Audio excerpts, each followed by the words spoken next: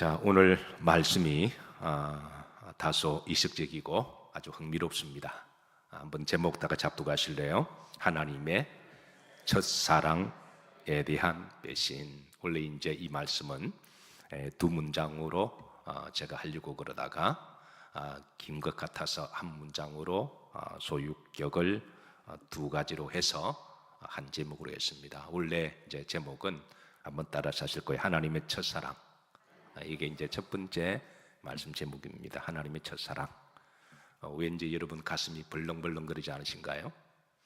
만약에 하나님의 첫사랑에 여러분의 마음에 뭔가 느낌이 없다면 앞으로 첫사랑 하시기 바랍니다. 그 첫사랑을 경험한 사람들은 요 말만 들어도 뭔가 가슴이 좀 벌렁벌렁하는 그런 은혜가 있을 거예요. 자, 또 다른 제목이 있습니다. 본문에 보면 첫사랑에 대한 아픔과 배신입니다. 그래서 두 가지를 합쳐서 이제 하나님의 첫사랑에 대한 배신이라고 했는데요. 자, 사랑을 해보신 분들은 사랑에 대한 그 감정을 잘 아실 겁니다. 설렘도 있고요, 기쁨도 있고, 행복도 있고, 그리고 가슴이 벌렁벌렁거리도 하고, 어쨌든 말로 표현할 수 없는 그 사랑의 감정이 있습니다. 자, 그런데 또 반대로 내가 정말 내 영혼까지 다 주어서 사랑했는데 그 순수한 사랑이 배신당했을 때 또 그 사랑에 대한 배신과 아픔과 고통과 상처는 또 이로 말로 표현할 수가 없죠. 오늘 본문에 하나님께서 사람들 흔히 느끼는 사랑의 감정을 비유로 들어서 하나님의 그 사랑의 그 기쁨의 감정, 희열과 흥분된 그 설레임을 하나님이 전해주시고, 또 이 사랑의 배신을 당한 아픔과 고통과 또 그런 어떤 상처들을 하나님이 드러내십니다. 자, 9절 말씀을 한번 다 같이 한번 합독해 보시죠. 다 같이 합독합니다. 시작. 10절 말씀입니다. 10절. 옛적에 내가 이스라엘을 만나기를 너희 조상들을 보기를 무화과 나무에서 처음 맺힌 첫 열매를 봄같이 여기까지만 보십시다. 이제 10절 전반절까지인데 여기서 여러분 뭘 느끼시나요? 우리가 좀 읽어보시면 하나님의 첫사랑을 하나님이 우리들에게 느끼게 하도록 지금 이 비유를 지금 주십니다. 그러니까 하나님의 첫사랑. 그 첫사랑의 장소를 먼저 하나님은 데이터 장소를 일러줍니다. 여러분 사랑하는 사람과 이제 연애하다가 결혼하신 분들은 가끔 그런 말을 하죠. 우리 어디서 만난가 알아? 주로 이 질문은 여성들이 많이 하기는 하지만 그래서 첫사랑의 장소를 귀히 여기고 소중히 여깁니다. 자, 10절에 보시면 하나님은 이스라엘을 첫사랑의 장소를 언급합니다. 어디라고 언급하세요? 광야 맞습니다. 광야. 실제로 하나님은 아브라함을 만난 장소가 광야입니다. 그리고 이삭도 야곱도 부엘세바라고 하는 그 광야에서 만났고 저들은 그곳에서 하나님의 사랑을 체험했습니다. 모세도 광야에서 하나님의 사랑을 체험했습니다. 다윗도 마찬가지죠. 출애굽의 사건도 광야를 지나서 이제 하나님께서 그 사랑을 체험하게 하셨습니다. 하나님의 첫사랑의 장소는 주로 광야입니다. 광야는 우리 인생의 고난을 상징하죠. 우리 인생이 언제 하나님을 깊이 알게 되고 또 간절하게 체험하게 될까요? 그것은 온실이나 안방이 아닌 바로 고난이 있을 때, 그때 우리는 하나님에 대한 간절함과 절박함을 가지게 되는데요. 그래서 시편 119편의 시는 이렇게 노래합니다. 고난당하는 것이 때로는 내게 무엇이라 유익이라 내가 이를 통하여 주의 율례를 배우게 되었나이다. 물론 고난을 좋아하는 사람은 아무도 없습니다. 그러나 하나님은 우리가 광야가 아니고서는 하나님을 찾지 않으니까, 광야가 아니면 기도하지 않으니까, 광야가 아니면 마음이 딴 데가 있고 돈에 가 있고 눈이 막 뒤집어지고 바쁘다고 그러면서 교회도 안 나오니까 하나님은 때로는 우리들에게 광야로 초대하셔서 광야에서 오로지 하나님과 나와의 관계, 야곱이 이제 광야에서 하나님을 만나고 기도했듯이 하나님은 때로 우리를 광야로 초대하십니다. 자, 사랑하는 성도 여러분, 하나님과 정말 진한 사랑을 하기를 원하시나요?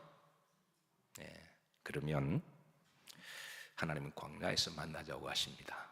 네, 하나님과 깊은 사랑을 한번 해보시기를 주의 이름으로 축복합니다. 물론 어떤 사람은 좋은 환경 속에서 하나님과 깊은 사랑을 나누기도 하겠지만, 근데 그런 사람은 제가 별로 못 봤습니다. 정말 처절하고 절대 고독 속에서 모든 사람들이 다 떠나고 사람을 미워하는 게 아니라 사람을 신뢰의 대상이 아니라, 그러니까 사람을 미워하라는 말이 아닙니다. 그러니까 사람은 믿음의 대상이 아님을 알게 하시고, 내가 오직 의지할 분은 남편도 아니고 자식도 아니라 오직 누구시다? 하나님이시다. 네. 그래서 인간의 그 절망의 끝자락에서 하나님은, 그 절벽 끝자락에서 하나님은 우리를 만나 주시는 하나님. 네. 아마 그 고난에 대한 두려움 때문에, 싫기 때문에 하나님과 아직 사랑을 하지 않으려고 하는 사람도 있을지도 모를 일입니다. 네. 자, 두 번째, 그때의 하나님의 사랑의 감정을 이제 드러냅니다. 자, 10절에 보시면 이제 그 사랑의 감정을 두 가지로 비유하십니다. 첫째, 뭐를 만남같이 하였도다? 포도를 만남같이 하였도다 그랬습니다. 광야에서 포도를 만났다. 광야는 메마른 곳이죠. 그리고 광야에서 이제 수분이 절대 빠지면서 또 우리 몸은 본능적으로 당을 요구합니다. 우리가 당을 너무 많이 먹어서도 안 되지만 또 당도 반드시 섭취를 해야 되죠. 갈증과 당이 필요할 때 포도 열매는 달콤함이 있습니다. 게다가 향이 은은한 향이 있습니다. 물이 없는 광야에서 이 포도 열매는 어떤 말로 표현할 수 없는 사랑의 달콤한 향기가 있는 만남입니다. 하나님은 지금 이스라엘과 이 사랑의 이 만남의 기쁨을 광야에서 포도 열매를 만나는 것처럼 그렇게 비유하고 있습니다. 사랑하는 성도 여러분, 하나님과의 사랑에서 주는 이 오늘 본문의 비유가 하나님을 정말 사랑을 원하는 사람들에게 서로 나누어지기를 주의 이름으로 축복합니다.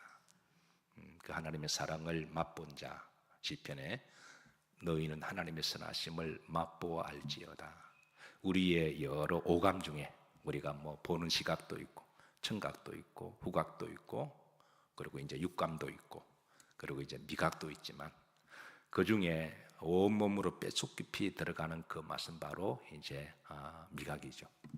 그래서 하나님의 그 선하심을 맛보아 체험해서 그 사랑을 알고 그 사랑의 기쁨과 그 희열을 느끼라고 그러십니다.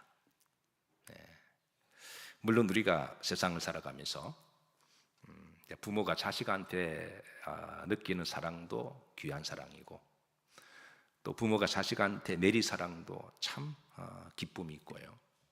자랑도 있고 할머니가 손주를 사랑하는 것 그것도 참 좋습니다. 그리고 또 이제 연인을 만나서 또 로미오와 줄리엣처럼 또 가슴 벌렁벌렁거리는 사랑도 참 기쁨이 있습니다. 근데 이런 모든 사람들의 사랑보다도 하나님과의 사랑을 여러분 한번 경험해 보시기를 주의 이름으로 축복합니다. 다른 사랑을 하지 말라는 거 아닙니다. 그런 사랑을 하되 그런 사랑과 비교할 또 영적인 사랑, 하나님과 깊은 영적인 사랑, 그 사랑을 하나님은 지금 광야에서 포도 열매를 맛봄같이 그렇게 그 사랑으로 첫사랑을 우리들에게 드러내고 있습니다. 하나님 우리를 이렇게 사랑하신다라는 거예요. 어떻게 하나님 사랑이 좀 잘 느껴지시나요? 잘 안 느껴지세요? 그럼 오늘 집에 가셔서 계속 읽어보세요. 10절 계속 읽어보세요. 하나님이 나를 이렇게 사랑하시구나. 자, 두 번째 하나님의 사랑은 10절 후렴절에 보시면 무화과 나무에서 처음 맺힌 첫 열매와 같아라고 비유하십니다. 이 첫 열매는 바로 첫사랑을 이야기하죠. 하나님은 여러 민족 가운데 이스라엘 민족을 처음으로 택하셔서 너가 내 첫사랑이다 라고 이렇게 하나님은 드러내시는 겁니다.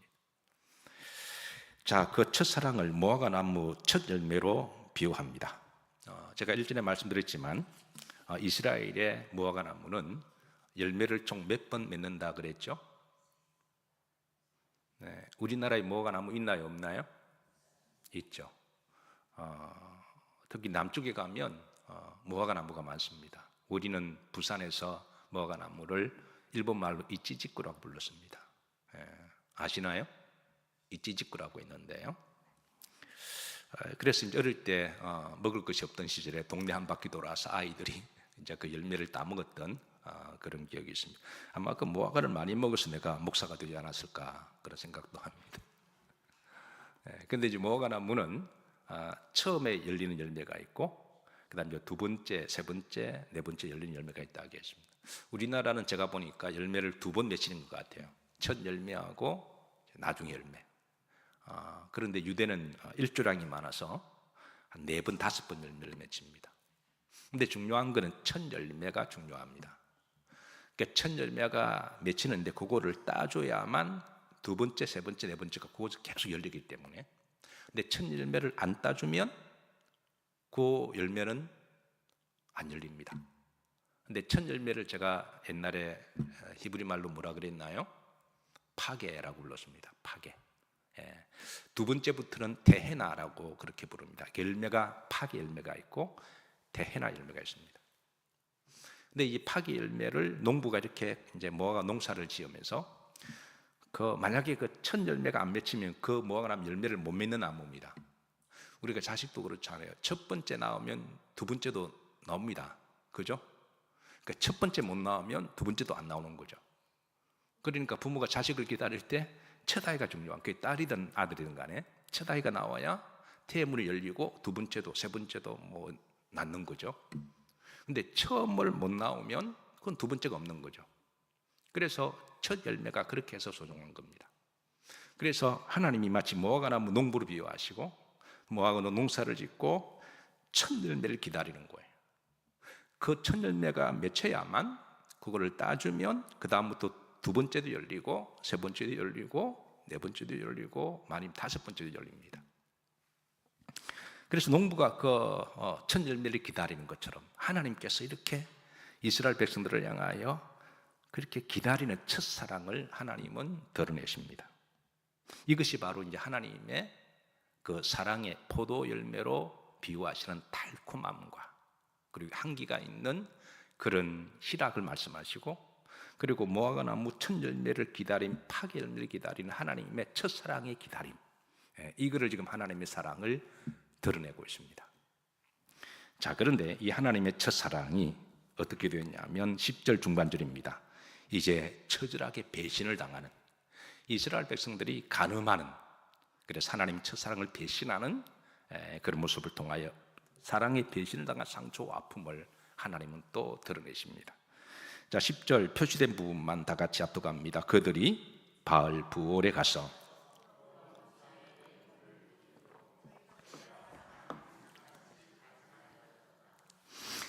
자, 하나님은 이제 광야에서 이스라엘 백성들을 드러내시고 출애굽하실 때 광야에 사랑하셨잖아요. 그리고 이제 저들을 사랑하셔서 하나님은 가나안 땅으로 잘 안착하게 하셨습니다. 이제 가나안 땅에서 저들이 이제 농사를 짓고 무화과 나무 농사를 했습니다. 그러면 이제 가나안 땅에서 첫 열매가 맺힐 때에 농부가 기다리듯이 그 첫 열매를 하나님이 기다리시는데, 근데 저들이 맺혔던 첫 열매는 바로 우상의 자식들을 낳아버린 거예요. 이 바알보올은 당시 가나안 땅에 있던 우상들을 이야기하거든요. 그러니까 이스라엘 백성들이 가나안 땅에 들어가서 입으로는 하나님 그러지만 뒤쪽으로는 다 이 가나안 땅의 우상의 자식들이 되고 우상의 영과 가늠하고 세속화되었다라는 거예요. 마치 이런 겁니다. 다 그런 건 아닌데 어떤 분은 교회에 나오면 하나님 하나님 그러고 믿음이 굉장히 좋은 것 같은데 세상에 나가면 완전히 딱 달라집니다. 철저하게 세속적으로 살아갑니다. 신앙과 삶을 완전히 구분시키고 이 신앙과 믿음은 교회에서만 하면 되지 뭐. 밖에서는 그러면 못 살아. 밖에서는 세상 사람과 똑같이 살아가는 거예요. 이스라엘 백성들이 그랬던 거예요. 하나님이 이스라엘 백성들을 광야에서 사랑을 나누셨고 그리고 이스라엘 가나안 땅에 들어가서 하나님과 사랑이 있으면 믿음의 자녀들을 낳아야 되잖아요. 그 후손들을 신앙의 자녀로 낳아야 되고 믿음의 열매가 있어야 되는데 가나안 땅에 가서 은밀한 쪽에서는 바알볼과 더불어 영적으로 간음하고 세상 사람과 똑같이 사니까 그들이 낳은 자식들이 다 세상의 자식이 되고 우상 진화론의 자식들이 되고 인본주의 자식이 되어버린 거예요.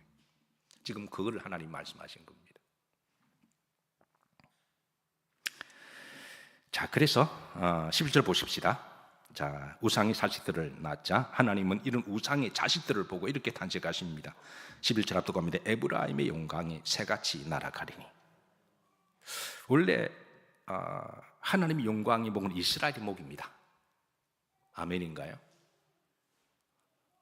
원래 하나님의 영광의 목은 하나님을 믿는 자녀들에게 주기로 하셨는데 하나님의 첫사랑이 이스라엘이었고 성도들이었는데 하나님은 그 영광을 다 주고자 하셨는데 그런데 이스라엘이 바람을 피워서 다른 남자를 사랑하여서 다른 남자의 아이를 낳았습니다. 그러니까 그 우상의 자식에게 세상의 자식에게 하나님의 유산을 줄 수가 없는 거예요. 그래서 하나님이 하나님 영광이 새처럼 날아가 버렸다는 거예요.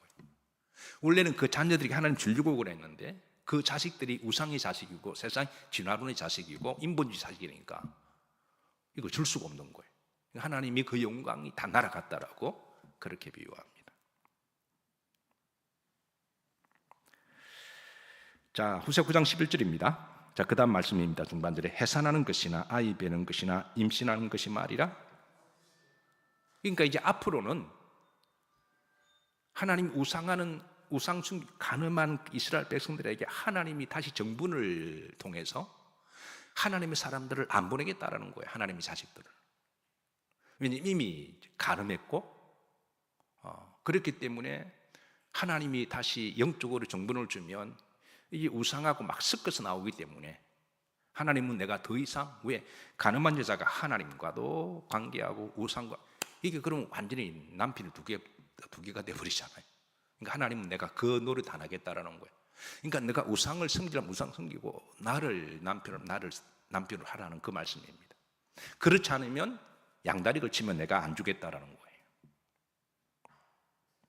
9장 12절입니다. 합독합니다. 혹 그들이 자식을 말지라도 자식을 기를지라도. 그러나 수렴지를 보시면 그들에게 뭐가 미치리로다? 화가 미친다. 그 우상의 자식을 낳고 하나님 이 자식을 축복해 주시고 잘 이왕 낳는데 어떡할까? 하나님 죽이실래요? 그러면서 우상의 자식들을 그래도 지 자식이라고 그렇게 키운다고 할지라도 하나님은 이미 자기 자식이 아니니까 영광의 목은 새가 날아가치니까 하나님께서 내가 돌보지 않겠다라고 하나님이 말씀하십니다. 12절 흐름 보시면 자, 그들에게 뭐가 미치리로다? 화가 미칠 것이다. 13절입니다. 내가 보건대 에브라임은 아름다운 곳에 심긴 두로와 같으나. 에브라임은 북이스라엘의 수도를 이야기하거든요. 그러니까 이제 북이스라엘도 가는 말인데 아름다운 곳에 심긴 두로를 비유합니다. 두로는 북이스라엘 그 북쪽에 있는 곳인데요. 아주 아름다운 환경과 축복이 있는 곳인데 세속의 도시입니다. 그 당시에 우상의 도시인데 아주 번영하는 곳입니다. 풍요로운 곳입니다. 하나님은 에브라임에게 그렇게 가나안 땅에 좋은 북쪽 땅을 하나님 주셨는데 그 환경이 너무 좋으니까 바람을 피운 거예요. 그래서 하나님은 때로는 우리들과 깊은 사랑을 하기 위해서 광야로 하나님 인도하십니다. 왜냐하면 환경이 너무 좋다 보면 이게 교만하기도 하고요. 그러니까 하나님은 에브라임이 두로와 같이 좋은 환경을 주었는데 그런 좋은 환경에서 먹고 살만하니까 바알볼같이 우상숭배하고 세속이나 빠지고 그렇게 가늠하신 것을 지금 말씀하시는 것이죠. 그리고 그들이 낳은 자식들은 다 하나님의 믿음의 자녀들이 아니라 다 세상의 자녀들임을 이루십니다. 자, 하나님 호세아를 통해서 그런 자식들에게 이렇게 언합니다. 13절을 보시면 구름절입니다. 그 자식들을 누구에게로 끌어내리로다? 살인하는 자는 역사적으로 북아수르 제국을 이야기합니다. 그러니까 때가 되면 북아수르 제국이 쳐들어와서 저들을 끌어내고 죽이고 살아서 남은 자들은 포로로 잡아가거나 또 남은 자들 이방 땅으로 다 흩어지게 한다는 하나님의 무서운 예언적 경고가 있습니다. 자, 이런 하나님의 첫사랑의 창조와 배신의 스토리를 듣고 북이스라엘의 멸망의 예언의 소식을 들은 선지자 호세아는 하나님께 통곡하는 마음으로 중보기도합니다. 14절에 자, 다 같이 합독합니다. 여호와여 그들에게 주소서 무엇을 주시려 하나이까? 아이배지 못하는 태와 젖없는 유방을 주시옵소서. 그럼에도 불구하고 호세아는 하나님 저들에게 주시기를 기도합니다.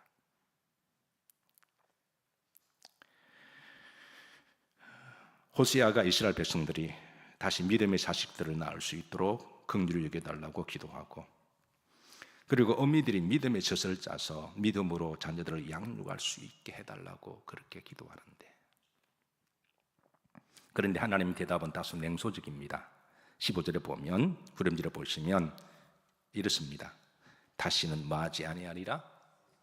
내가 다시는 사랑하지 않는다. 그러니까 뭐 사랑의 배신의 아픔이 큰 거예요. 내가 다시는 사랑하지 않는다. 왜 하나님이 이런 말씀을 하셨을까요? 그것은 서로 하나님이 다시 가늠한 이스라엘을 용서하고 사랑한다고 해도 저들은 또 바람 피울 것을 알기 때문에 그런 거예요. 이게 한두 번 아니니까. 우리가 호세아 1장 보면 처음에 호세아가 곤멜고 바람 피워서 여러 명의 아이들을 계속 낳잖아요. 그런 것처럼 내가 용서하고 다시 사랑한다고 할 저들은 또 바람 피울 것이기 때문에 내가 이번에는 안 한다라고 일러주십니다. 사실 아내가 바람을 피워서 남편의 사랑이 완전히 돌아서게 되면 그 아내는 버림을 받을 수밖에 없습니다. 그동안 남편이 워낙 사람이 좋아서 그래도 혹시나 하는 마음으로 용서해 줬는데 그거를 이용을 해서 우리 남편은 워낙 마음이 착하고 예리니까 이번에도 용서해 줄 거야. 그동안 계속 그렇게 했는데, 근데 이번에는 하나님은 그냥 마음을 닫아버리신다는 거예요. 하나님이 이제는 딱 정해버리니까 저들은 이제 졸지에 버림받은 신세가 되었습니다. 그동안 이스라엘은 하나님의 사랑을 이용한 거죠. 오늘 우리 시대도 마찬가지입니다. 우리가 하나님의 사랑, 은혜를 자꾸 이용하면 그 십자가의 은혜, 용서를 너무 이용하게 되면 하나님은 몇 번 이용당하시다가 하나님이 또 마음을 접지 않으실까요?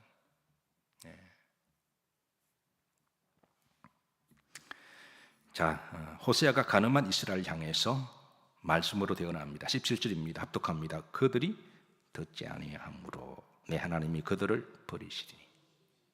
서로 하나님이 다시 용서하고 그래 내가 더 사랑하겠다고 그래 같이 우리 합시자 그래도 결국은 저들은 안 그럴 거라는 거예요. 그래서 하나님 어쩔 수 없이 저들을 버릴 거다라고 하나님은 이스라엘 향하여 이제 경고적인 예언합니다. 자, 버리게 되면 자 그들이 이제 여러 나라 가운데 많은 자가 되리라, 너도론 자가 되리라 하십니다. 근데 이까지만 말씀을 듣고도 회개하고 돌아왔으면 괜찮습니다. 그런데 그들은 에이 설마 하나님의 사랑이신데, 그래서 결국은 계속 그냥 세속으로 갑니다. 이 예언은 나중에 그대로 실현되는데요. BC 720년에 북아수르 제국이 쳐들어와서 이때 북이스라엘에 몇 지파가 있었나요? 여러분 원래 이스라엘은 12지파가 있었죠. 근데 여로보암이 반역을 해서 북쪽에 10지파를 끌고 갔잖아요. 남쪽에는 유다 지파와 베냐민 지파만 남고, 그러니까 10지파를 딱 끌고 간 거예요. 근데 하나님 그러지 마라 그랬거든요. 근데 여로보암이 우리의 지도자다 그러면서, 그러니까 여로보암도 나쁜 왕이지만 우리 역사를 통해서 우리가 알아야 될 거는, 나쁜 지도자도 있지만 그 나쁜 지도자에게 미혹당해서 끌려가는 그 사람도 여러분 우매한 백성이고 나중에 심판받을 때 도매공으로 같이 받습니다. 그래서 백성들이 깨어 있어야 됩니다. 말씀과 영으로. 10지파가 다 따라가 버린 거예요. 10지파가 야 여로보암이 이제 우리의 지도자다.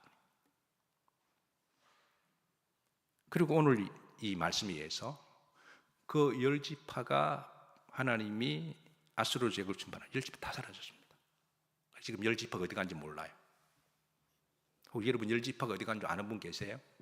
오늘 예언된 말씀들 하나님이 다시 말씀 보실래요?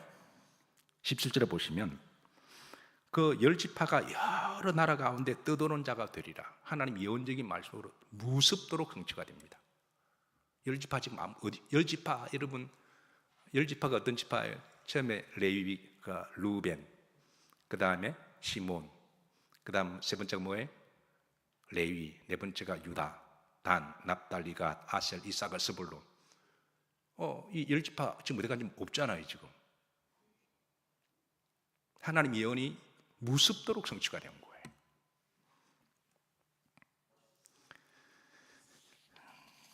그래서 이 10지파를 거기로부터 소위 잃어버린 지파, The Lost Tribes라고 이야기합니다.